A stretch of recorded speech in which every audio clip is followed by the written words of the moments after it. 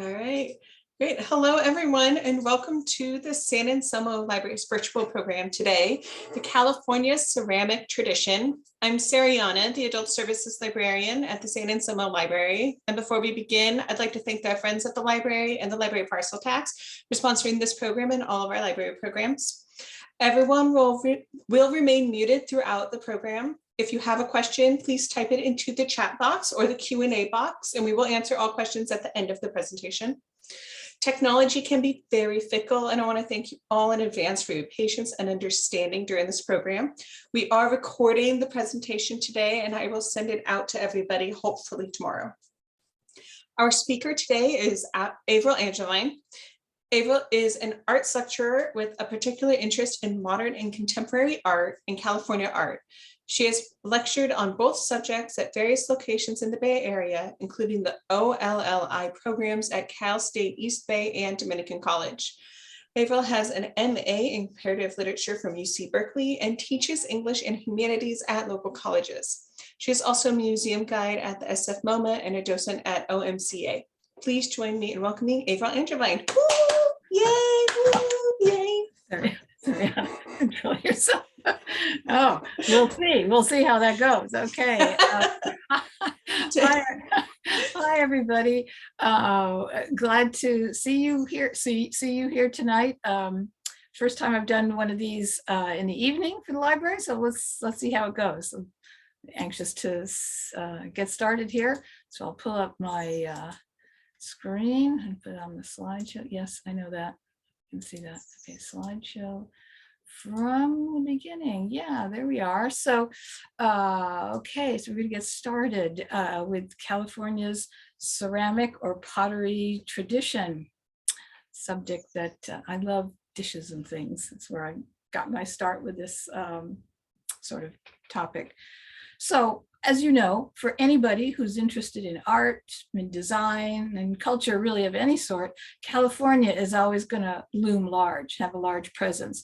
And so for us here in California, in addition to noteworthy, influential architects like the Eameses, Charles and Ray Eames, or in addition to our painters like Wayne Thiebaud, one of our favorites, and photographers like Dorothea Lange, you know, our state has produced more down market design icons too, like, I don't know, everything having to do with Hollywood or with advertising, whatever you want to call this. Surf culture, surfboards, surfwear, surf music. And of course, we've got our faux mission Taco Bell style architecture, and remember the psychedelic rock posters of the 60s. And everything Apple, and of course, everything Disney. So between the fine art realm, the high art realm, and probably the low art realm, I think that's where we're going to find California's pottery tradition. So California has produced both handcrafted and industrially made goods, from architectural tiles and decorations to all sorts of tabletop items, dishware, and so forth, to the small figurines that are sometimes known as tchotchkes, and which were in fact the earliest known form of pottery. Now in California, these tchotchkes will get bigger and weirder and more interesting by the end of the 20th century, when ceramic wares finally enter the fine art realm with, whoops, what happened? Yeah, Viola Fry here, or Robert Arneson. There he goes, there's our work. Okay, so why has California produced such a great range of ceramic wares? Well, we have abundant clay deposits, we have inventive designers, we have Asian and Latin American influences, little known elsewhere in the country, and a steadily burgeoning population. And all of this helped propel the growth of California pottery from the turn of the 20th century to the post-war years of mid-century modernism and into our times. So pottery, of course, here we go, is one of the earliest crafts produced by humans, and it's found all over the world. Early examples were pit-fired and fairly porous. The development of glazes helped ceramic wares become watertight and therefore more useful. And with the invention of the pottery wheel, which I believe was in Mesopotamia, long time ago, they became smoother and easier to produce. Now, the clay body of most pottery is made of 2 or more clays, which generally range from sort of sandy and buff colors to brown. Red clays that we use to make terracotta contain iron oxide, and then there's the fine white clay called kaolin that's rarer, and it's necessary to make porcelain. So let's begin our California story here, all the way back with the indigenous people who have been pit firing clay artifacts, pots for cooking and storing food, and even little figurines for thousands of years. So this is a cooking pot, a Cajula cooking pot that would come from down in the sort of Palm Springs desert region, southeastern California. In the mission era, from the late 18th century through about 1833, we're going to find the first clay multiples in the state. You know what I'm talking about: terracotta pavers, tiles, bricks and sort, and rough tabletop wares like this chocolatera, or chocolate pot, that were produced locally, often by neophytes. That's the term that they used in the mission for the indigenous trainees. So it's interesting, as you know, the missions are on the coast of California, and particularly in Southern California, the Chumash people did not have pottery, so they had to learn in the missions to make it. More prestigious objects would be imported from Mexico.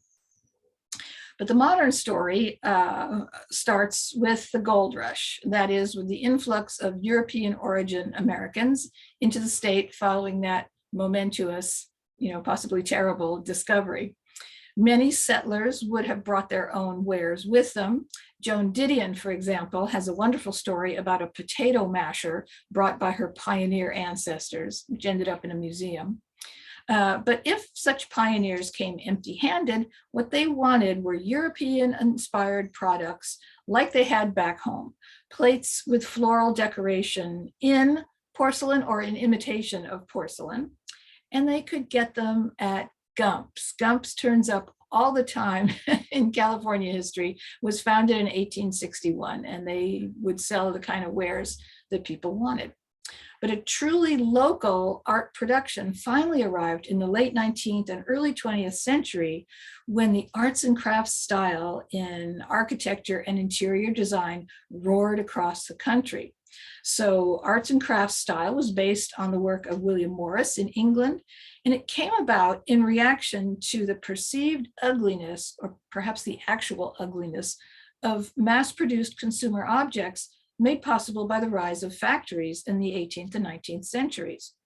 Arts and crafts style corresponded to a vogue for medieval arts and crafts, and in looking to a pre-industrial era, arts and crafts artisans stressed handwork, restrained nature-based decoration, and interior design as an integrated system, as you can see here in the fabulous Gamble House in Pasadena by Green and Green. Now here, let's see some more things on your right. That's a lovely screen by Arthur and Lucia Matthews. And on the left, of course, you probably recognize a stained glass window by the Scottish arts and crafts designer Charles Rennie Mackintosh, the man who made those tall ladder back chairs. Much arts and crafts work features the same misty, cool, tonalist colors that we associate with Liberty prints. The Liberty store in London opened in 1875, and the kind of colors we associate with Northern California tonalist art, like the fabulous Moon Rising over Tiburon by Granville Redmond that I know you have seen in the Oakland Museum. So arts and crafts style inspired the state's first art potters, such as the Stockton Art Pottery, which produced beautiful Rexton ware, like this, in addition to tiles and sewer pipes, which were a big ceramic product of the early days in California. The company was only in operation for 5 years or so before the plant burned down in 1902. But you can see, especially on the right, this vase has a really Art Nouveau look to it, kind of an organic, it's a beautiful thing. Now, another short-lived art pottery, which turned out beautiful arts and crafts style wares, is probably unique in ceramic history. and that is the Arakipa Pottery firm of Fairfax, right, in your neighborhood. Was founded in 1911 as part of the occupational therapy program at a tuberculosis sanitarium. So following the 1906 earthquake, there's a couple of wares. Here we go.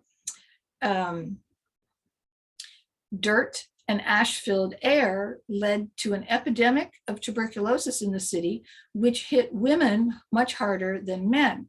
Now, at the time, the only treatment for tuberculosis was rest and inactivity, so it was a luxury, right? But Dr. Philip Brown's sanatorium in Fairfax, on the other hand, was designed to treat working class women in the early stages of TB. Now, the idea of occupational therapy was brand new. And since china painting, in other words, decorating vases that are already made, was an activity much practiced by proper ladies at the time, pottery was chosen as a handicraft that could provide satisfaction to the patients and give them something to do, which was expressed at the time as discouraging idleness. The patients spent some hours per day finishing and decorating the pots, either painting designs on the surface or carving patterns into the damp clay. And they earned money from their sometimes lumpy work. Some of them earned enough to pay for their keep, which was $1 a day. Most of the clay used at Arakipa was dug locally. Production, however, was directed by a series of pretty well-known ceramicists, including Frederick Reed. They were responsible for the shapes of the wares. And Reed introduced a technique which became the signature of their decoration, which is slip trailing. Slip is watery clay, and they sometimes would put it in a bag like a pastry bag and pipe it sort of onto the pots and the wares. Now, in 1915, at the Panama Pacific International Exposition in San Francisco, the Arakipa Tuberculosis Sanitarium exhibited its ceramic works in the fair's Palace of Education, where discharged patients demonstrated pottery making and sold examples of the product. And I love this picture. It's so interesting. I mean, just even looking at the sign, the font, the typeface, it's so arts and craftsy. Let's look at some of their works. The Oakland Museum has a really nice collection of Arakipa works. This is a squeeze bag decorated vase. And this one in this lovely gunmetal glaze. And you'll notice that the decoration on here is eucalyptus leaves. So California potters in this time and even later tended to take their decoration from local sources, flora and fauna, which makes it special in American pottery and different than much American pottery. So this large, beautiful floral vase that's at the Oakland Museum is kind of unusual. It's unusually bright for Arakipa, but it's a design that was actually inspired by a William Morris wallpaper. And the one on the right with the daffodils there, that's at the Crocker Museum. Now, another Northern California pottery with an unusual workforce, and this is one of the potteries that's considered by many to be the best, was California faience in Berkeley. So this became one of the longest enduring art potteries in California, established on San Pablo Avenue in Berkeley in 1913 as a partnership between two former college classmates. California faience was known for decorative and architectural tiles like these you're seeing here, these trivets, sort of T-trivets. Sometimes they were framed and hung on walls like painting because they're beautiful. The designs varied from the simple to the ornate, and I think what I'm showing you here are mostly on the ornate side. Botanical subjects were common, flowers like California poppy, irises, and morning glory. Birds were common. And as you can see, they featured several architectural tiles. The Carmel Mission was popular, as was the Campanile here at UC Berkeley, featured on their tiles. Landscapes, ships, geometric designs, as well as people would also turn up on tiles. Now, the two owners of the pottery were practicing arts and crafts workers. So that means that they personally supervised all aspects of design and manufacture. Their operation was always small, with a handful of additional artists creating works for them throughout the years, including the sculptor Benjamin Bufano and the architect Julia Morgan.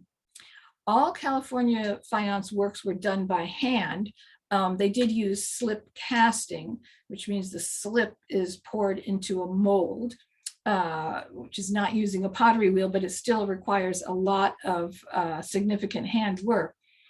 And as with Arakipa's arrangement with the sanatorium, California Faience had connections with several schools in the East Bay, where they would give students pieces of, give them clay and glazes to work, and then they, California Faience, would sell the works. The longest relationship between a school and this company was with Berkeley High School, which I cannot even imagine. That's wonderful.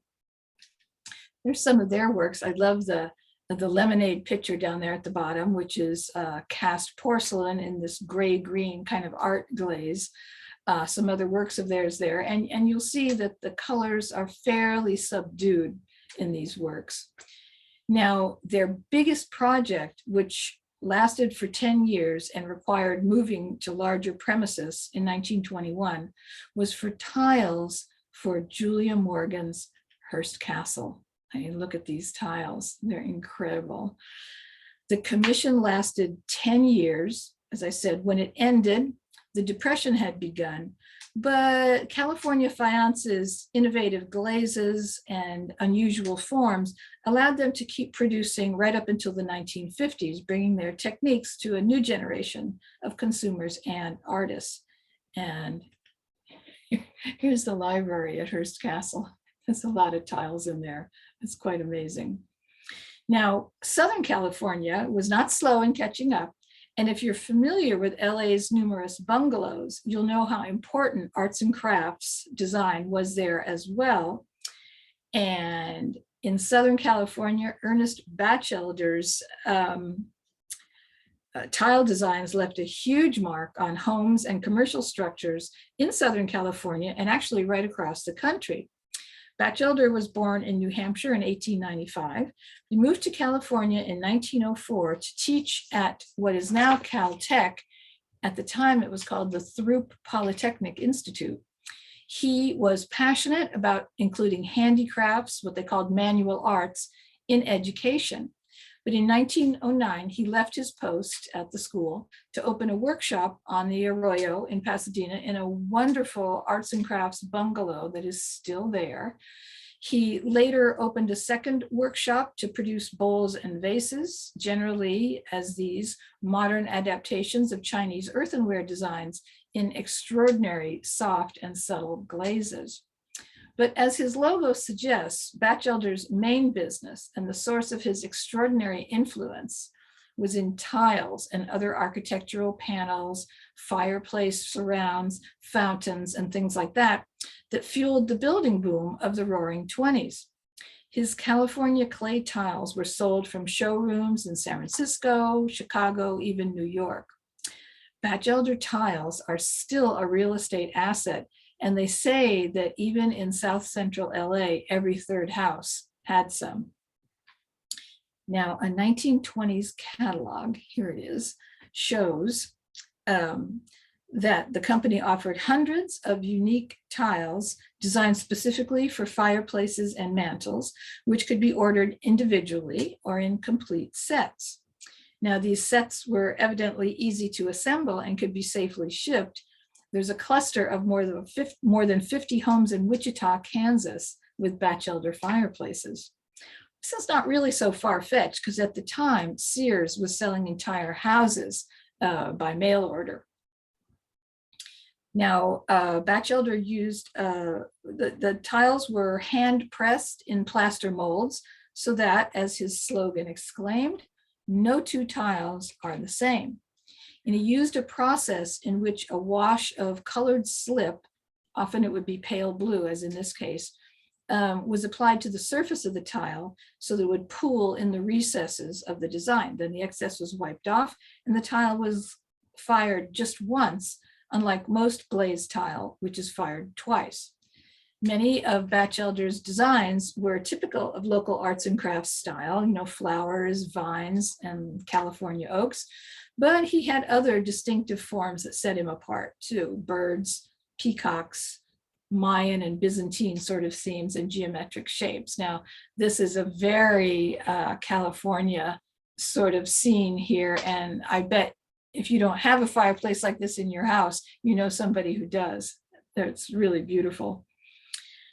Let's see. Now, one of Batchelder's early commissions was this over-the-top Dutch chocolate shop, first opened in 1914. Really? Can you get that? On the walls, there are 21 murals in bas relief. The largest ones are sort of 6 by 5 feet, and they're comprised of 4-inch tiles that depict scenes of daily life in Holland. This place was boarded up starting in the 90s, but the incredible interior was rediscovered in 2012, and the building is currently for sale if you'd like a little project. Possibly even more ornate is the Fine Arts Building on 7th Street in downtown LA, originally designed, believe it or not, as artist studios. So as you can see, although my own personal interest and personal passion is for dishes and tabletop stuff, you just have to talk about architectural tiles because they constitute such an important slice of California's ceramic history, especially in the early decades of the 20th century.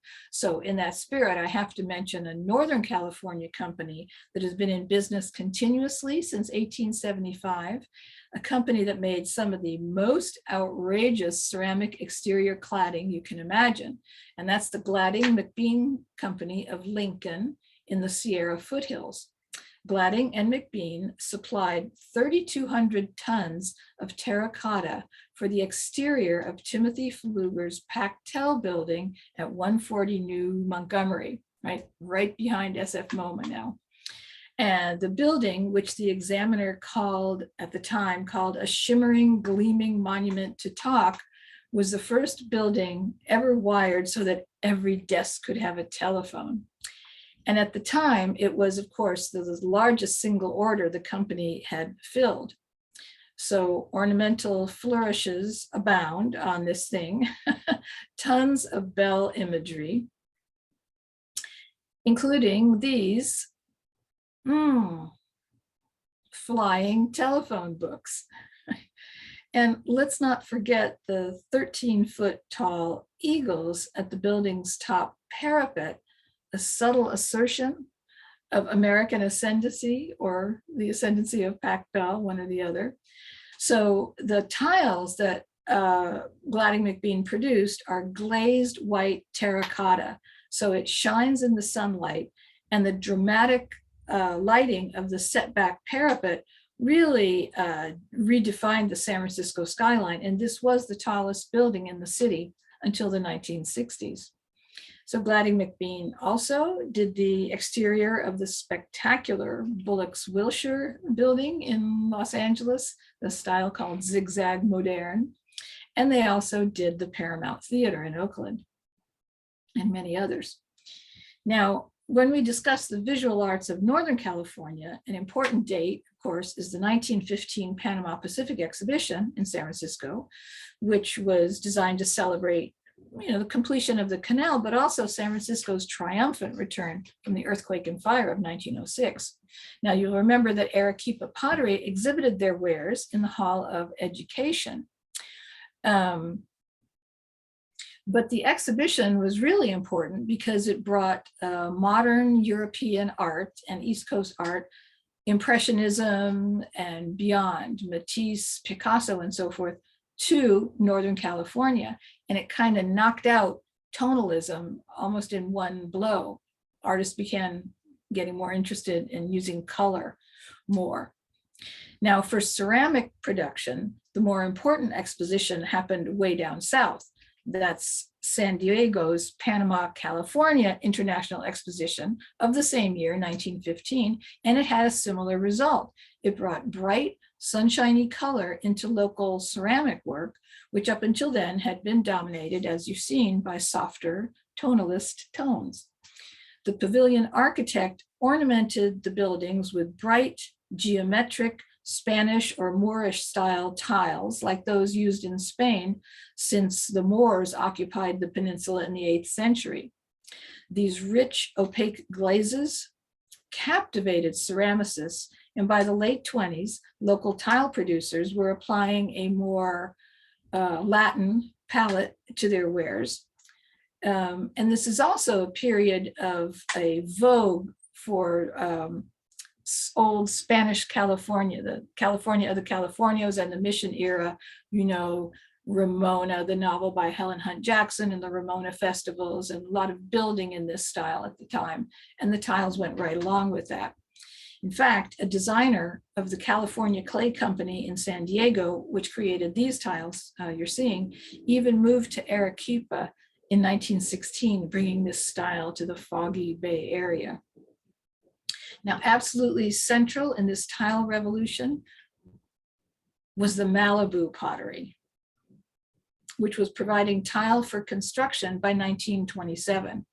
Its master ceramicist was Rufus Keeler, who died, or perhaps we say, or shouldn't say he keeled over, at age 49 after inhaling cyanide fumes from one of his glaze recipes.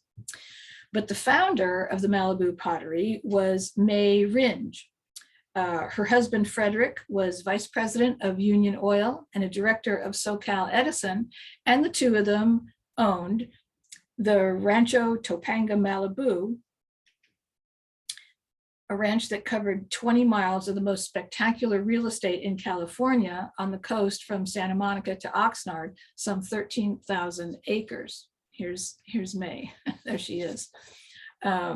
Actually, when her husband died, May became the only female railroad owner in the country and probably in the world. In order to keep Southern Pacific off their property, they built their own railroad, and they managed to do so. That's why there's no railroad going through that area even today. And they also managed to keep the Pacific Coast Highway out for a long time, but they lost that battle. In any case, May founded the pottery at Surfrider Beach to create materials for construction projects and for revenue when the entire Malibu venture fell on hard times in the Depression.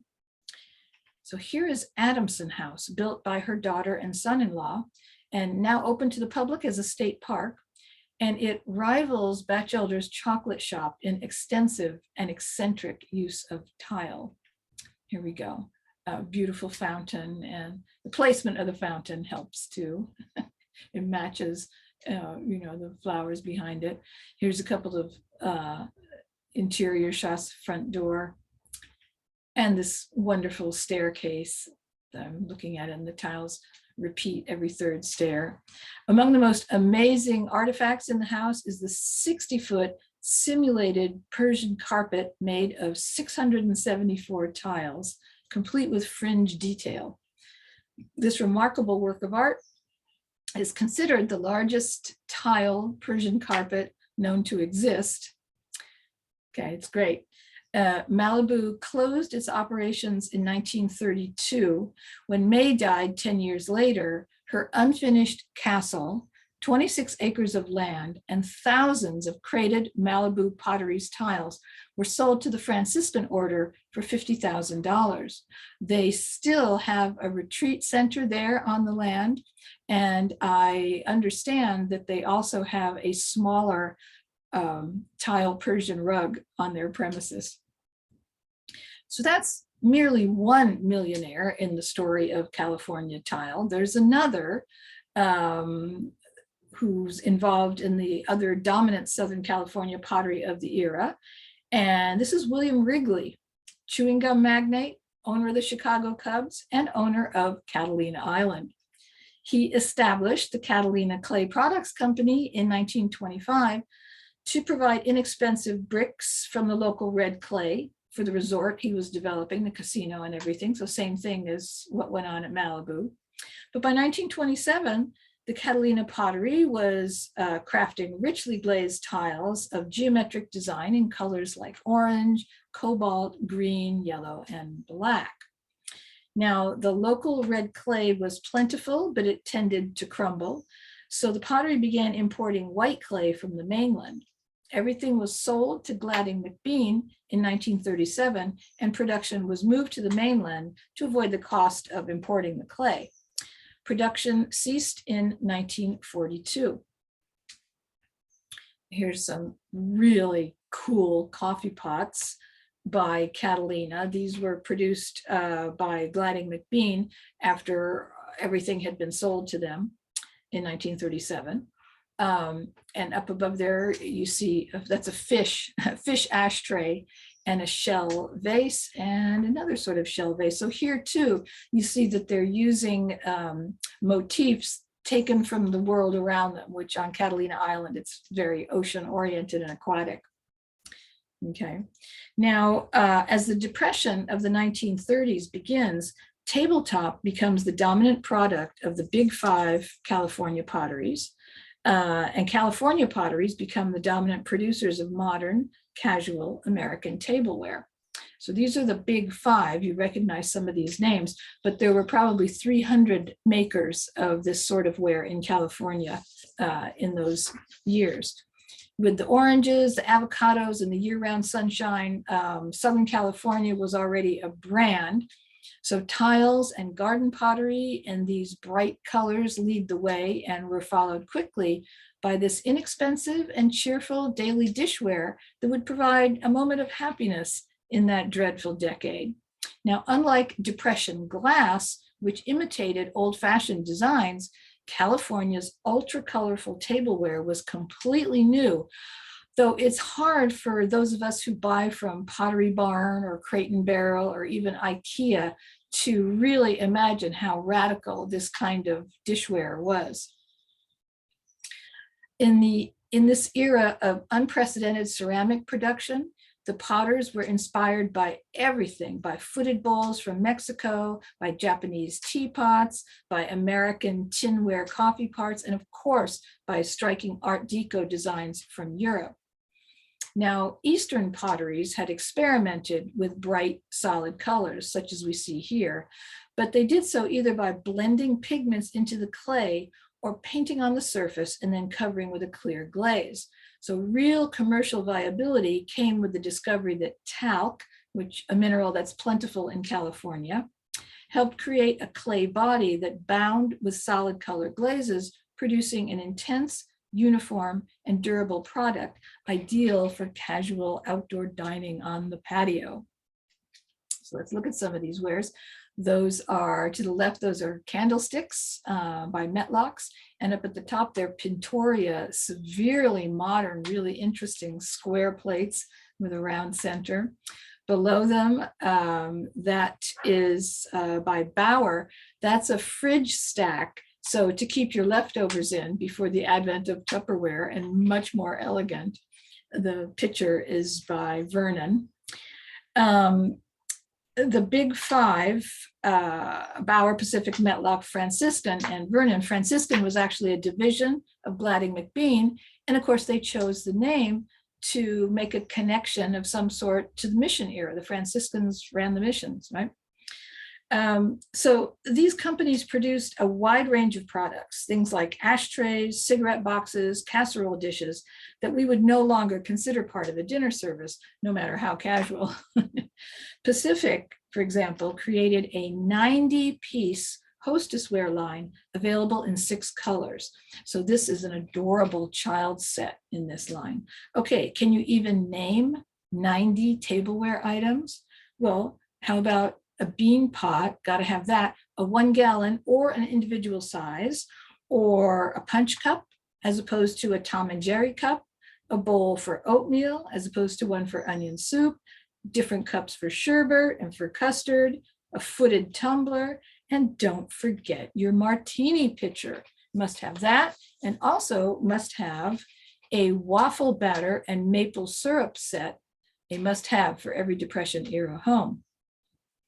But as you know, Art in the 1930s had two faces: severe European-inspired modernism, which is reflected in painting by surrealism and abstraction, and a homegrown rustic face reflected in the mural art of WPA artists like Thomas Hart Benton or the Coit Tower artists in San Francisco, even Diego Rivera.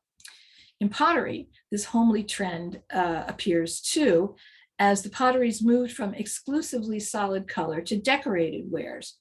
The most prolific pottery doing this sort of thing was Vernon, and they created some amazing things.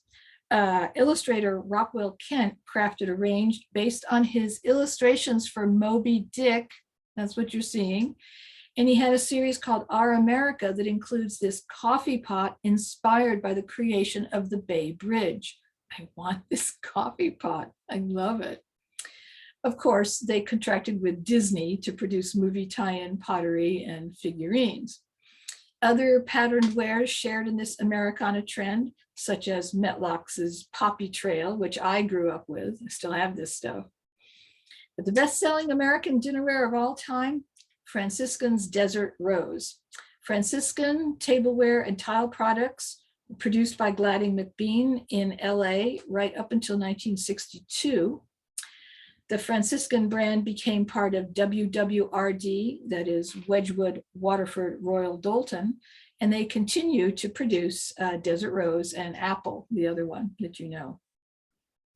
So now this fabulous heyday of orange, lime green, cobalt, and delphinium pottery wares came to an end during World War II, when most of the California potteries turned their production to wartime efforts like dinnerware for Navy ships, ceramic anti-tank mines, and such. And what American dinnerware that was produced was conservative, in imitation of the floral English wares that were no longer being imported.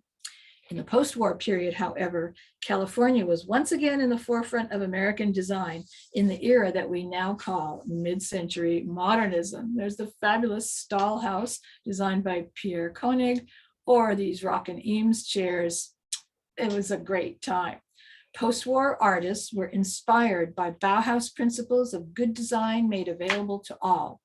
So unlike the arts and crafts period craftsmen who disdained the concept of mass production, post-war modernists tried to harness the two using modern production methods to offset the high cost of handmade goods. And the Big Five potteries themselves took up the trend, and they produced some really interesting wares. On the right, those things are all designed by Russell Wright for Bauer. And they use some glazes that actually make the works look handmade. And I'm sure you love Metlox's sort of Jetsons looking dinner set down there. I do. But the mid-century modern period produced a number of celebrated individual craftsmen and craftswomen. You've probably noticed that there haven't been very many women ceramicists since the tuberculosis patients at Arakipa. And while there are dozens of interesting ceramic artists in the post-war years, I want to introduce you to just three of the women of the California clay tradition. And the first one, the most important one really, is Edith Heath. She wanted to make her pottery available to those who could not afford handmade items. And this put her at odds with the post-war studio potter community. But Heath believed that the machine was just a tool. And she said, only the artist potter who puts respect for humane values above mechanical marvels will be able to harness the machine to do man's highest aesthetic bidding. Now, Heath Ceramics in Sausalito established a new standard in tabletop and tile by embracing a philosophy of evolution rather than revolution. In other words, continually refining her designs and glazes and production to craft wares that last and defy trends. Now, Edith Heath was the oldest of 7 children in a Danish immigrant family. She grew up on an Iowa farm which failed as the Depression began. The family auctioned off everything except their piano and their Haviland china, which no one could afford. And this episode taught Edith to disdain useless or superfluous objects. And this attitude would combine with her discovery of Bauhaus design philosophy when she was at school in Chicago. And these two things together informed her life's work. Edith and her husband, Brian, moved to San Francisco in 1941.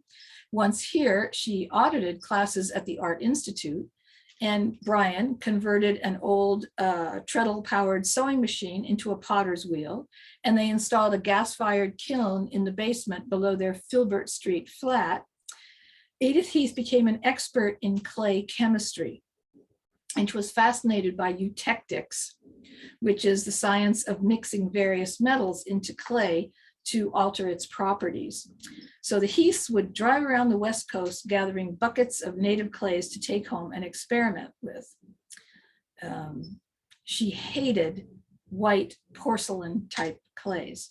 So here, for example, now you see where clay comes from. You can see the white band there.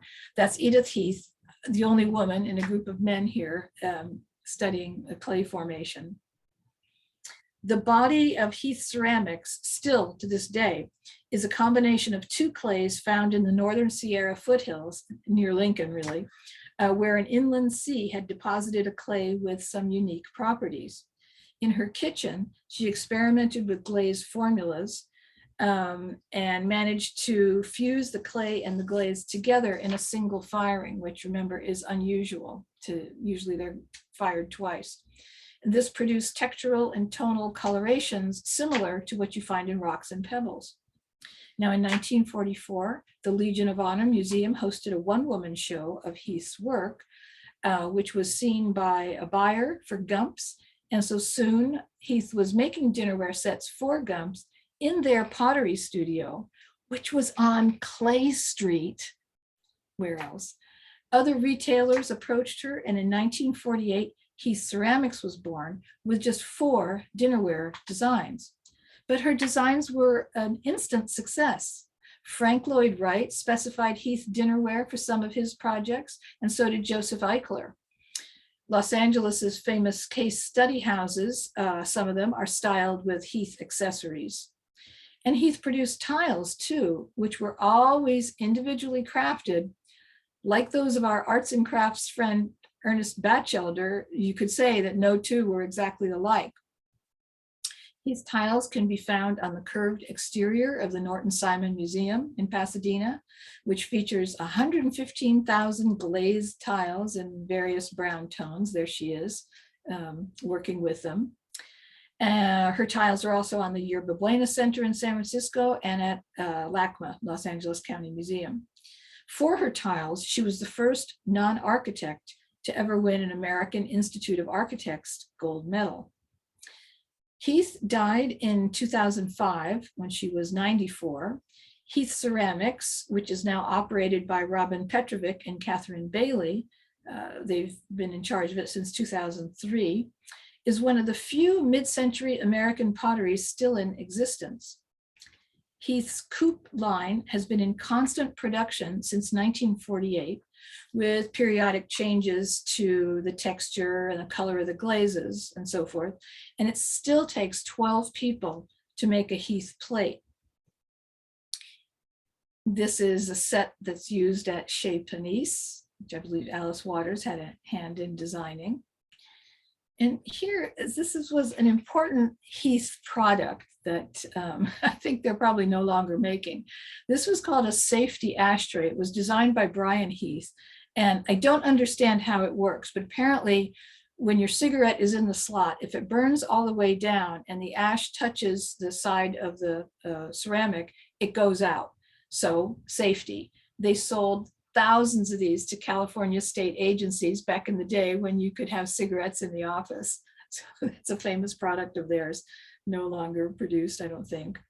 This is the last design that Edith Heath developed herself in the 1980s. And here's an example by Catherine Bailey of coupe. This is in the collection at SF MoMA, and I think you can see why. It's just simple and absolutely elegant. And it is sort of typical of Heath to wipe the top of the cup and the saucer so that you actually see the clay that the body is made out of. So that's Edith Heath, really an important proponent of handmade but machine-assisted production of ceramics. On the other side of the equation, we're going to find Marguerite Wildenham, a Bauhaus-trained architect, a sculptor and ceramicist who held an apprenticeship at the Bauhaus for 6 years, starting in 1919, and was eventually the first female master there, working with the famous architect Walter Gropius. Now, despite their similar trainings, Wildenham and Edith Heath disagreed about the role of the machine in artistic work, but they were both successful ceramicists, and they both sold their works at Gump's. After her years at Bauhaus, Wildenham began designing porcelain tableware and other objects for Royal Berlin to mass produce. At this point, she was designing on paper. She was not a ceramicist working to make these pieces in clay. But these modern, unadorned designs follow the Bauhaus doctrine, right, of form following function. And these wares were shown in Paris, in London, Brussels, New York, all over. And Wildenham once recalled being invited for tea by one of the trustees of the San Francisco Museum of Art, which is now SF MoMA, which exhibited her works early on, same as Edith Heath was museum exhibited. To Wildenham's surprise, tea was served in a tea set that I had made at Royal Berlin. The trustee had purchased it in Paris, unaware that it was one of Marguerite Wildenham's designs. So she did understand the necessity of mass production. And like Heath, she felt that only a designer craftsman thoroughly versed in his craft can create pottery designs of lasting value for factory production. But they disagreed on how active, I guess we could say, the artist's hand needed to be in this production. Well, she's in Germany. In 1940, Wildenham fled the Nazi regime, moving first to Holland and then to California. In 1942, with the help of an architect friend, Gordon Herr, Wildenham founded Pond Farm, an arts community in Guerneville, where she lived and worked until her death in 1985, becoming an influential mentor and teacher to generations of ceramic artists. And for Wildenham, pottery was more than an art form or a profession. It was a way of life that promoted technical skills and a love of craft. So her summer sessions lasted for several years. Students would come from all over to accept her challenge, and that was they had to learn pottery by never keeping a pot.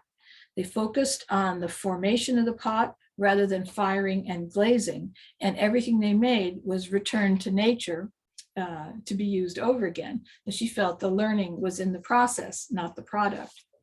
She continued to teach until 1979 and threw her last pot in 1980. 6 years later, at 88, she died. So let's look at her work. She became known for these earth-colored semi-matte ceramics. Her work is not ornament-free and has kind of a more holistic approach than much Bauhaus-type production. Many works have a figurative surface inspired by plants, animals, like the other ceramicists we've talked about. The nature around them inspired what they were doing. So the angel candelabra there in stoneware is at the Oakland Museum. The other works that you see here are in a collection at Luther College in Iowa. One of the directors of the art museum there actually studied with her and had quite a bit, arranged for quite a bit of her works to be brought to his collection. Now, since her death in 1985, the Department of Parks has maintained the historic property at Guerneville using a policy of arrested decay. Here it is. Fundraising is underway to restore Pond Farm, helped by its recent designation on the National Register of Historic Places. So you can go see it. Finally, I want to introduce you to Jade Snow Wong, a talented artist in many media. She created both ceramics and enamel wares, and she may be better known to you actually as the author of a memoir, Fifth Chinese Daughter, which was published in 1950 and actually became a Book of the Month Club selection that year. So Jade Snow Wong was born in January 1922 on a rare snowy day in San Francisco, fifth daughter in a family of 9 children. She was, of course, raised with traditional beliefs about women, what women could and could not do, and struggled to balance her Chinese upbringing with her American surroundings. She was focused on higher education, first attending CCSF and later on Mills College, where she was majoring in economics and sociology in the hope of becoming a social worker. But she had to take a required craft course, and she enrolled in a ceramics course by the noted ceramicist F. Carlton Ball, and she became intrigued by this medium. And she followed this with a 6-week ceramic course after graduation and just stepped off her career path and became a ceramicist. Now, her career in pottery actually took off after she convinced a merchant on Grant Avenue in Chinatown to allow her to put her workshop in his store window. Here it is.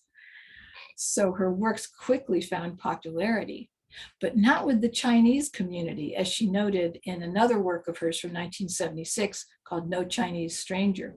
She says, "From the first, the local Chinese were not Jade Snow's patrons." She refers to herself in the third person.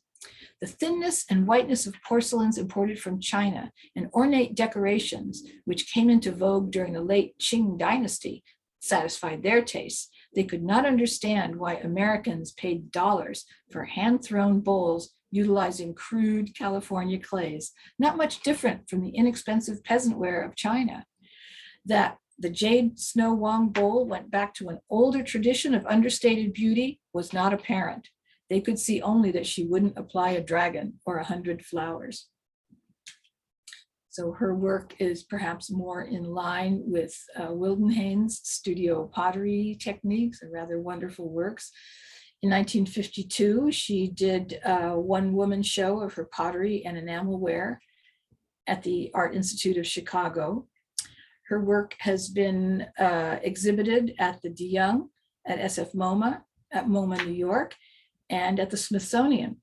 The Asian Art Museum in San Francisco has a large collection of her ceramics donated by the artist. And Wong died in 2006 at the age of 84, having received an honorary doctorate from Mills. I have another work of hers here. Yeah. So I want to finish tonight with a supremely artistic kind of tabletop ware. Dinner plates designed to make a statement, to raise consciousness, to shock even.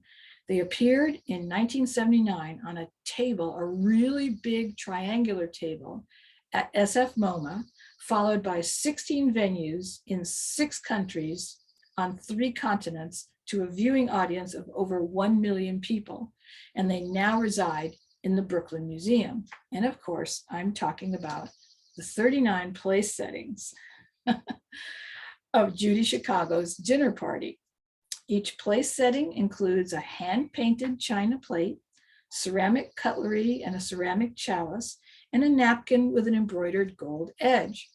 The settings rest on beautifully embroidered runners, and the table stands on the heritage floor, made up of more than 2,000 triangular white luster-glazed porcelain tiles, each inscribed in gold script with the name of one of 998 women and 1 man who have made a mark on history.